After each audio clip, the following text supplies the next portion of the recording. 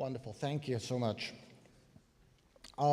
It is also my pleasure to introduce our next speaker. But before I do so, and I know she actually prefers that we not do this kind of thing, but I can't really help myself. I do want to formally extend warmest appreciation and great pleasure in the presence with us now in our symposium of, the Ziering of the Ziering-Conlon Initiative for Recovered Voices at the Colburn School. Marilyn Ziering is with us now.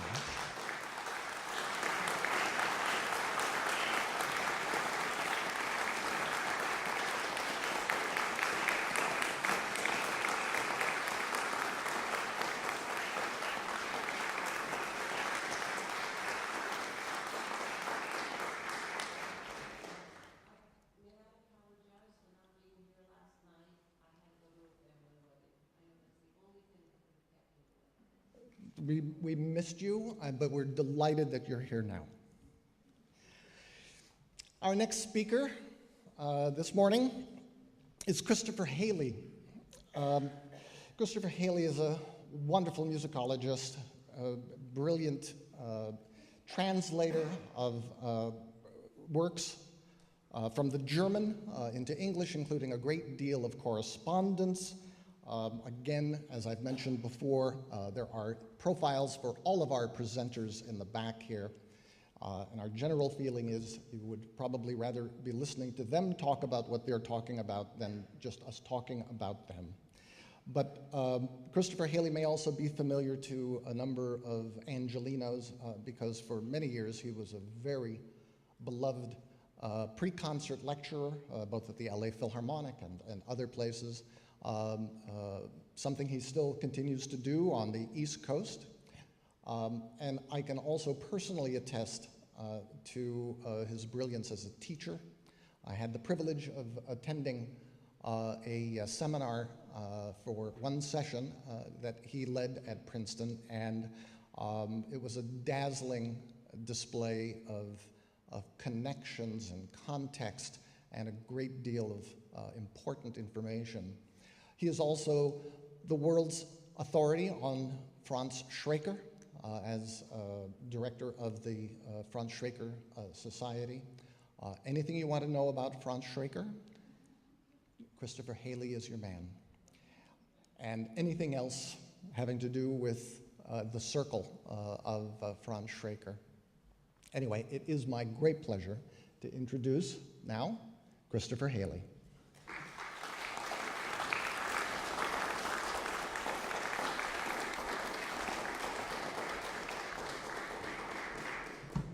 I add my voice, my thanks to the organizers of the event, to Bob Elias, in particular to Marilyn Ziering, who made it possible for me in Los Angeles to give a pre-concert lecture about Schreker. So that is, of course, quite an accomplishment. In May 1938, Alfred Schley, the Berlin representative of the Viennese musical publisher, Universal Edition, wrote to the Home Office about a planned exhibition in Düsseldorf featuring degenerate music to be illustrated with scores and phonograph recordings. He writes, "I haven't been able to find out details," he wrote, "but should works from our firm be unfairly included in this exhibition, we will see that they are removed." Could we have our first slide? The famous exhibition, and perhaps the next one and the one following that. Briefly give you a sense of the exhibition as it was hung, and then one more, and the booklet which accompanied. There was delicious irony in Schley's writing about unfairly, ungerechtfertigte Weise, because no publisher was more closely identified with the decadent, degenerate targets of the Düsseldorf exhibition than Universal Edition. Our next slides. 8 of the 14 composers represented by scores and recordings were in fact UE authors, 5 of whom were pictured in the accompanying brochure published by the exhibition's curator, Hans Severus Ziegler. One more image, Webern and Krennic.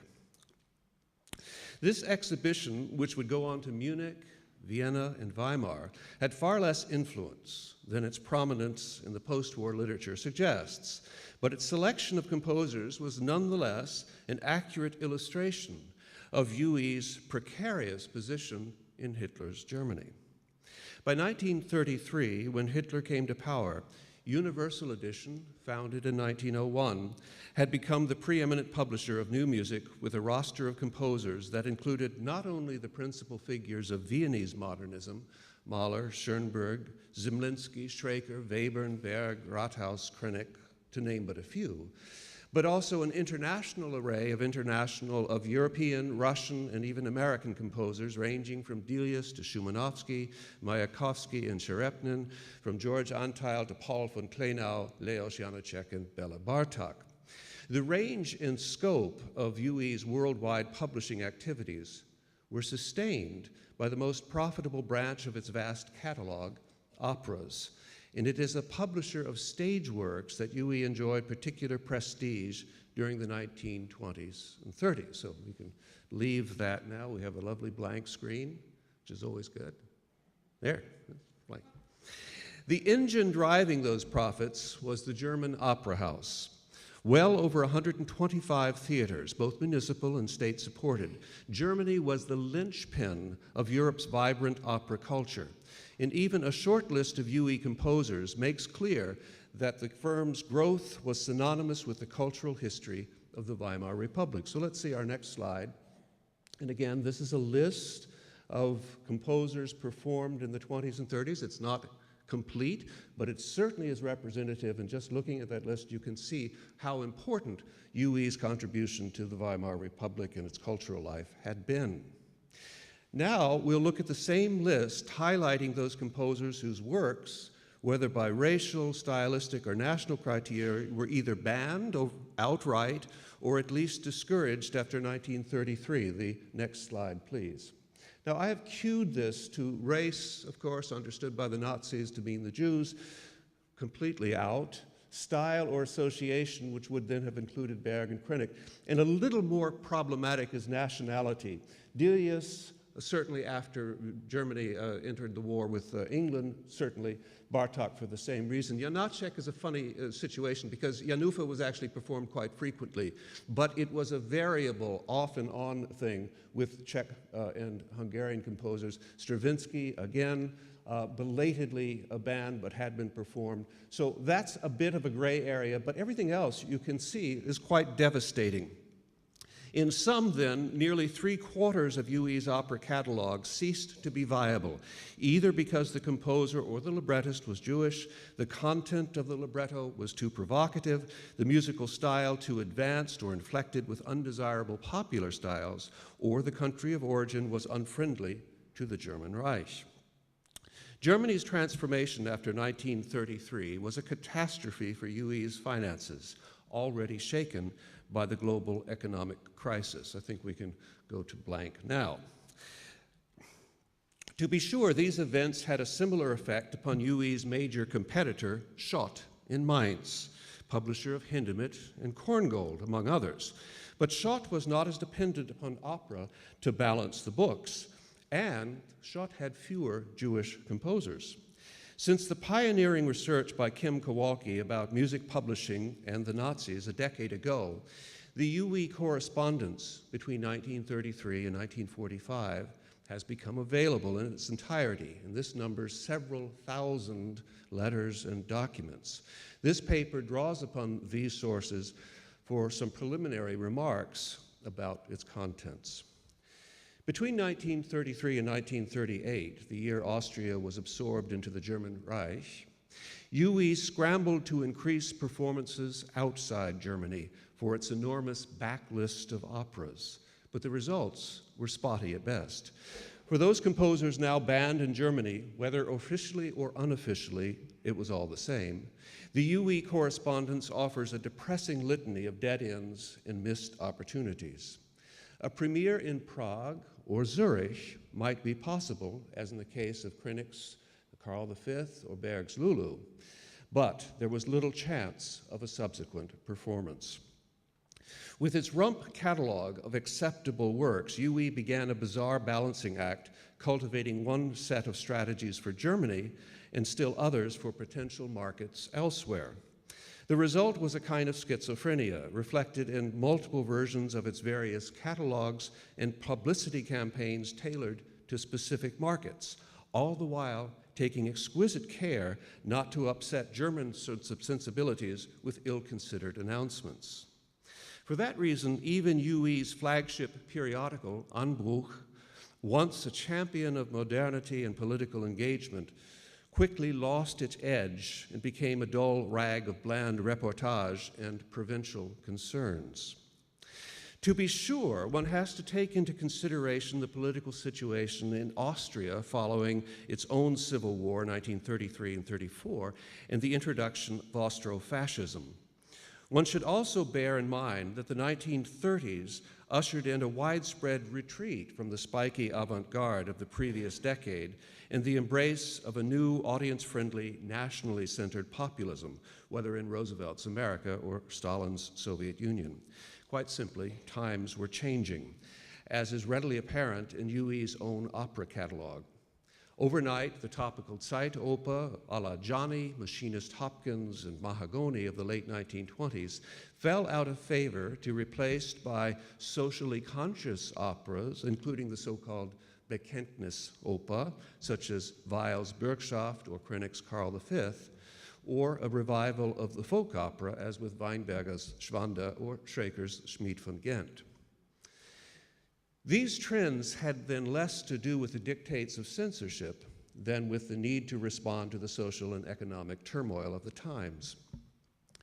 It is curious that during the freewheeling 1920s, UE took considerably greater pains to guide its composers in the selection of texts and musical styles than would be the case in the following decade. After 1933, composers and publishers quickly absorbed and internalized the aesthetic ground rules of this new environment and spent more of their energies navigating the thicket of legal requirements set down by the Reichsmusikkammer for all professional and business activity.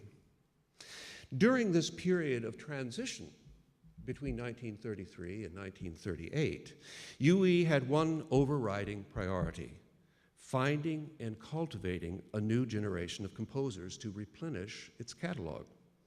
The crucial figure in this enterprise was Alfred Schley, who was UE's eyes and ears in Berlin. His job was to maintain contact with Germany's conductors and music administrators and discover and offer contracts to a new generation of German composers. Prominent among the newer names in the opera catalog of the 1930s were Robert Hager, Winfried Zillich, and most importantly, the former Schraker student Rudolf Wagner-Regeny, whose opera Der Günstling of 1935 would be one of the most frequently performed operas of the Nazi era. Wagner-Regeny was in fact the only widely successful of UE's new opera composers of the period, and this despite the fact that his librettist Caspar Neher was the erstwhile collaborator of Bertolt Brecht and Kurt Weill, and Wagner-Regeny's own sometimes dissonant style proved a challenge for critics and audiences. Wagner-Regeny is well deserving of our attention here, and a revival in the Opera House would also be welcome. But I would like to focus instead upon another composer whose situation illuminates UE's position within the fraught politics of the period. In the months before Anschluss, Schley was desperately seeking performances for what he felt to be UE's strongest works. For instance, in a letter of February 1938, he wrote of Bartók's music for strings, percussion, and celesta, "I think this is the most magnificent thing Bartók has written, and along with Alban Berg, the best we have published. It will not only survive, but in a few years will be generally understood and frequently performed. At the beginning of 1938, then, it was still possible to argue on behalf of artistic quality. About the same time, Schley was writing with similar enthusiasm about the work of a new young composer, Richard Mohaupt, who had enjoyed a notable success with a ballet premiered at the 1936 Olympics. Schley had succeeded in luring Mohaupt from Schott to publish the composer's first opera, Die Wirtin von Pinsk, the innkeeper woman of Pinsk, based on Goldoni's comedy Mirandolina, which you may better know as the subject of an opera by Martineau in the 1950s. In the correspondence leading up to the work's Dresden premiere under Colburn in February 1938, there is a tone of giddy excitement. Quote, "The name Mohaupt is already known everywhere," Schley wrote in January 1938. "Should the opera have the success we expect, we'll have everything we need to take full and immediate advantage of the opportunity." Schley was full of praise for Mohaupt's fertile orchestral imagination, rhythmic drive, and lively theatrical instinct. Böhm, he writes, is beside himself with enthusiasm. He is firmly convinced that Mohaupt's opera will have lasting significance. Based on this experience, I too have renewed confidence in Mohaupt's future, and we need not hesitate to go all out for Mohaupt, both here and abroad. The German word I have translated here as go all out is exponieren. Quite literally, it means to expose. That is, to put oneself on the line. It is a significant choice because rumors had already begun to swirl around Mohaupt, including one bit of gossip from Ludwig Strecker, the head of Schott, Universal's primary competitor, that Mohaupt was about to be banned. Schley, however, dismissed all this as sour grapes and sought to allay Huey's concerns, convinced that the quality of Mohaupt's opera would carry the day and become a work with international appeal. The premiere on February 10th, 1938, was in fact a triumph, at least in the Opera House. Schley's ecstatic report to Huey deserves to be quoted at length. "The success was everything we could have expected. The performance was proof that Mohaupt is a theater composer of unrivaled gifts, with a sure instinct for stage effects, capable of shaping a dramatic structure, capable of providing singable melodies at just the right moment, capable of creating a succession of original orchestral colors, capable of sustaining and heightening excitement over 3 hours in which, after 2 acts of almost turbulent hilarity, there follows a serious third act that grips the listener to the core. All this is a testament to this outstanding talent. What is more, this is a first opera that is already a popular hit. I have complete confidence in the future of this work, and we should have every reason to be exceedingly pleased, were it not for the reemergence of certain non-artistic misgivings." By non-artistic misgivings, außerkünstlerische Hemmungen, Schley was referring to the sharply divided critical reaction. On the one hand, there was glowing praise from the Dresdner Neueste Nachrichten and by Hans-Heinz Stückelschmidt in the Prager Tagblatt. On the other, there were virulent attacks by Herbert Gerich in Die Musik and Erich Röder in Angriff. Schley acknowledged the worrisome discrepancy, but advised Huey to concentrate on the positive reviews while he tried to sort out the politics behind them. Those politics illustrate the labyrinthine complexity of German cultural life.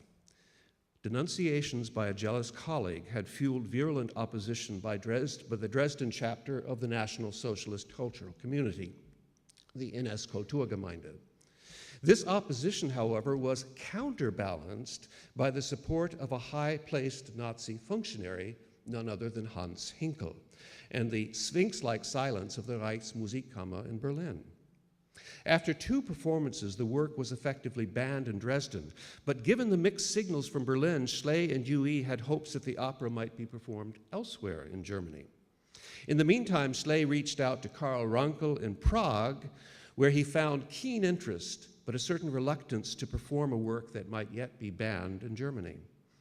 In dealings with Zurich, Schley therefore urged UE to pursue a strategy of obfuscation, emphasizing that the ban only applied to Dresden and adding that pending developments still left open the possibility that at least Mohaupt's orchestral works might be performed in Germany. Mohaupt himself took aggressive legal action against his detractors, but by the beginning of March, his support began to erode, and it became clear to Schley and to UE that Die Wirten von Pensk had no future in Germany and little prospect of performances abroad. It is important to emphasize that Mohaupt's trouble had less to do with his Stravinsky-inflected style than with a perfect storm of extra musical offenses. Herbert Gerich asserted as much in his review in Die Musik, where he wrote, "It isn't the musical means or details that are decisive, but the spirit in which they are applied." This whole sad story is a reminder of a more general truism that censorship in Nazi Germany was seldom a question of the transgressions against aesthetic criteria, but rather political sins for which the music was held to account. In Mohaupt's case, these sins included, first, a Jewish wife, the violinist Rosa Gottlieb; second, travel and work in the Soviet Union, about which he had spoken in glowing terms; and finally, employment as an arranger and accompanist in the popular Berlin variety theater Scala, notorious for its associations with Jewish composers and jazz culture. These three strikes led to an expulsion from the Reichsmusikkammer and the collapse of a promising career. Mohaupt and his wife eventually immigrated to America, where, despite some success with orchestral works, he was unable to fulfill his promise as an opera composer. He re-immigrated to Austria in 1955, but died in 1957 without reestablishing his career, suggesting that here, too, may be a composer deserving of serious revival. Mohaupt's premiere took place on the eve of Anschluss, the Anschluss that absorbed Austria into the German Reich on 12 March 1938. In many ways, of course, Anschluss significantly simplified those schizophrenic convolutions that had plagued UE over the preceding 5 years. With Aryanization, the Jewish stockholders, who owned just over half the stock of UE, were forced to sell, and many longtime staffers, including Hans Heinsheimer, Ernst Roth, and Erwin Stein, went into exile. Naturally, UE also divested itself of all of its Jewish and many of its foreign composers, including Delius and Bartók, who were transferred to Boosey and Hawkes and other non-German publishers. No more parallel catalogs, no more anxious questions about which composers could be performed, no more pleading for permission to send royalties abroad.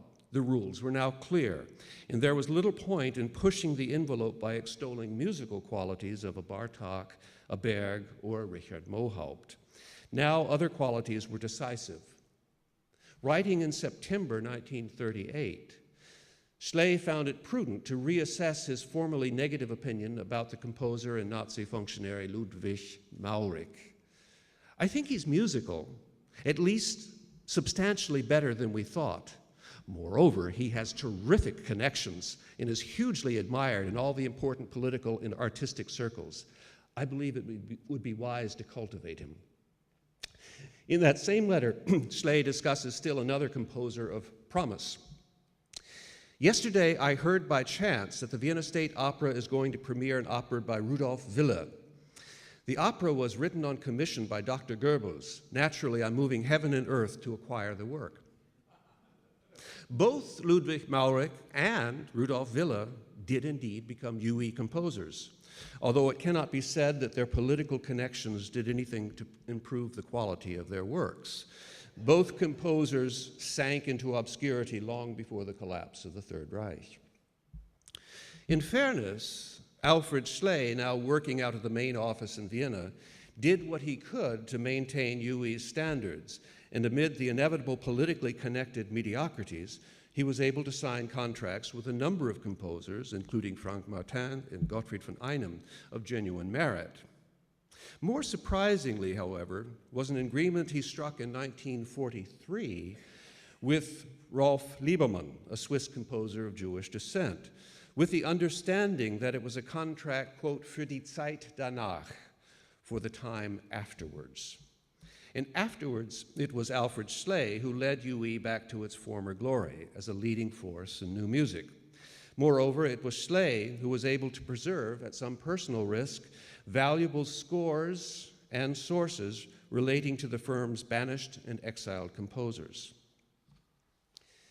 More than a decade ago, Kim Kowalski wrote in his pioneering article, Music Publishing and the Nazis, that despite the difficulty today of disentangling aesthetic and musical issues from ideological, political, and personal ones, it is imperative that we begin the process of shedding light on the dark side of modern music publishing under the Nazis and its continuing impact on contemporary music. Kowalski's article was written from a particular perspective in which Alfred Schley emerges as a slightly sinister figure, not for anything he did in the Nazi period, but as a proponent of high modernism, most particularly the Second Viennese School and the post-war serialists, at the expense of Kurt Weill and, by extension, many of the composers' forgotten voices that we are talking about here. Kowalski was writing without access to the sources I am describing, many thousands of letters and documents that now allow us an almost day-by-day account of the inner workings of Universal and its dealings with the Nazi authorities. One thing emerges clearly from all of that correspondence, and it should come as no surprise, that music publishing is a for-profit enterprise. That their profits are generated by performances, music sales, and rentals. That any publisher trying to make a profit from new music is fighting an uphill battle. And that even in the cultural climate as twisted and debased as that of Nazi Germany, promoting new music was an idealistic endeavor.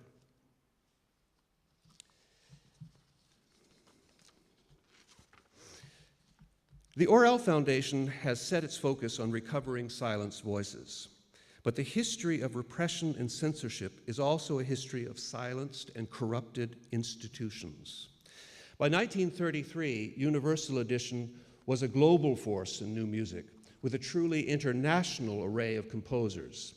It was this ideal of universality that constituted UE's most serious affront to the narrow parochialism of National Socialism. After 1938, this universality, more than anything else, became the target of Nazi wrath and the basis for policies that very nearly destroyed the firm and its precious legacy. UE's survival and post-war rebirth is a reminder that it takes more than the collapse of a regime to defeat censorship. It requires institutions committed to a robust and ongoing exercise of free expression. In such an environment, individual tastes and agendas, whether they be those of Alfred Schley, Kim Kowalski, or James Conlon, once again matter. And it is the defense of individual tastes and agendas that brings us here today. Thank you very much.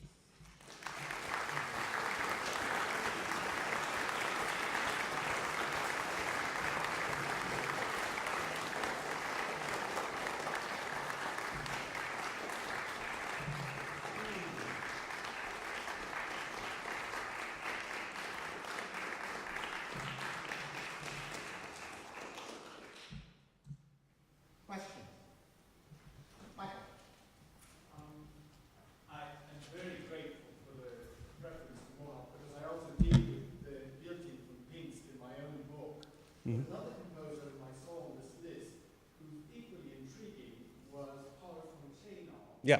Whose Michael Kohlhaas was a 12-tone opera premiere under Nazi rule. This is another one of these strange, ambiguous works. How did it happen? And what was Universal's relationship with Kleinau? Why does Kleinau suddenly disappear? We know he immigrated. We know he was married to the daughter of someone Wagenstern and all of this.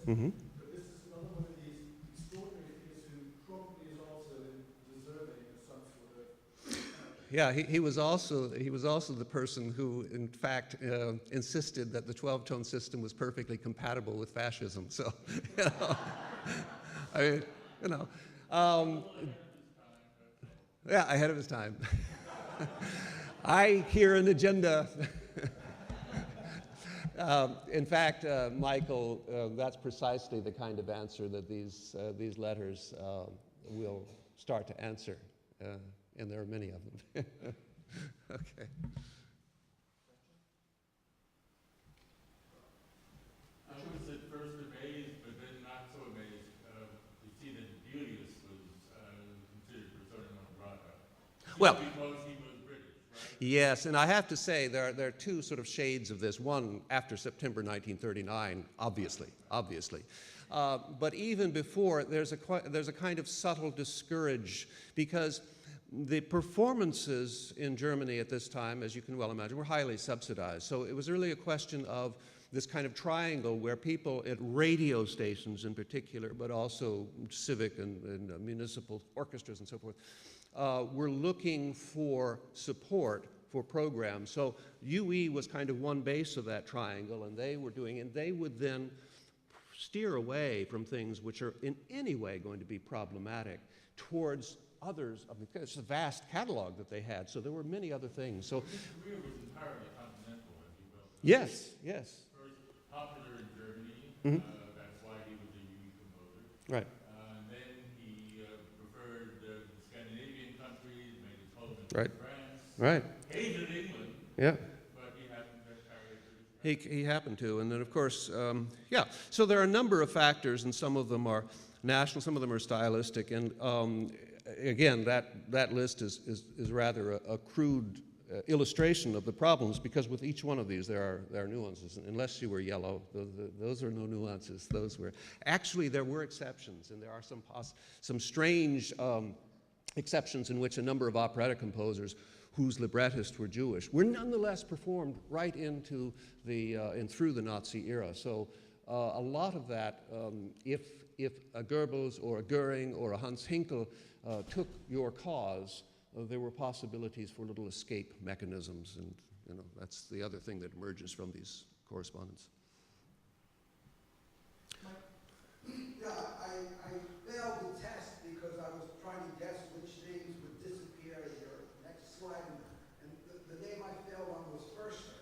Yeah. And I just sort of wondered if you could say something. Yeah, that occurred to me too, and I was wondering, and so I did some poking around to see, and the point is, Michael, that he was so below the radar of the concerns that these people had that he just doesn't emerge. So I can't say anything definitive about that, but that occurred to me that he certainly would have been within the purview of that kind of at least discouragement, but I can't say anything at this point on the basis of what I've seen. One more question? Yes, please stand. Yes. Nowadays, what's the attitude of Universal Vision with respect to these records from this era? Yeah. Are they doing anything to come to terms with that? Yeah. Well, the question is a good one. It's what is Universal's relationship to the composers concerning us here? And, basically for those of my generation, this has been kind of the story. And I first dealt with Universal sort of in the mid-'70s. And at that time, Schraker and Zimlinski or so forth, were just completely off the grid. And a composer like Bertolt Goldschmidt, who was also a UE composer, felt so neglected that he, in fact, chose to take his works back, and they're now with Boozy, right? Boozy and Hawkes. And so that story has been a long process, certainly worthy of its own study, so that now, again, financial incentives exist to publish and perform these works, thanks, to conductors like James Conlon, and series like the Decca and Arte de Musique, that UE kind of saw the light and realized, hey, there's money to be made here. And it's not because there was a particular kind of enthusiasm for these works because of the older members. I mean, they simply didn't have that. But now, with the younger members having come in, some of the 1980s young people, like I used to be, they were saying, hey, this is great stuff. And that is really what makes a publisher's activity function. You've got to have enthusiastic representatives who go out and twist arms and make the case for works that are unknown and say, hey, give it a try, do it. Then there's a kind of a snowballing effect, and UE has been very quick to pick up on that. So it's a great, and that's a dissertation too. Yeah? Let's get it. All right.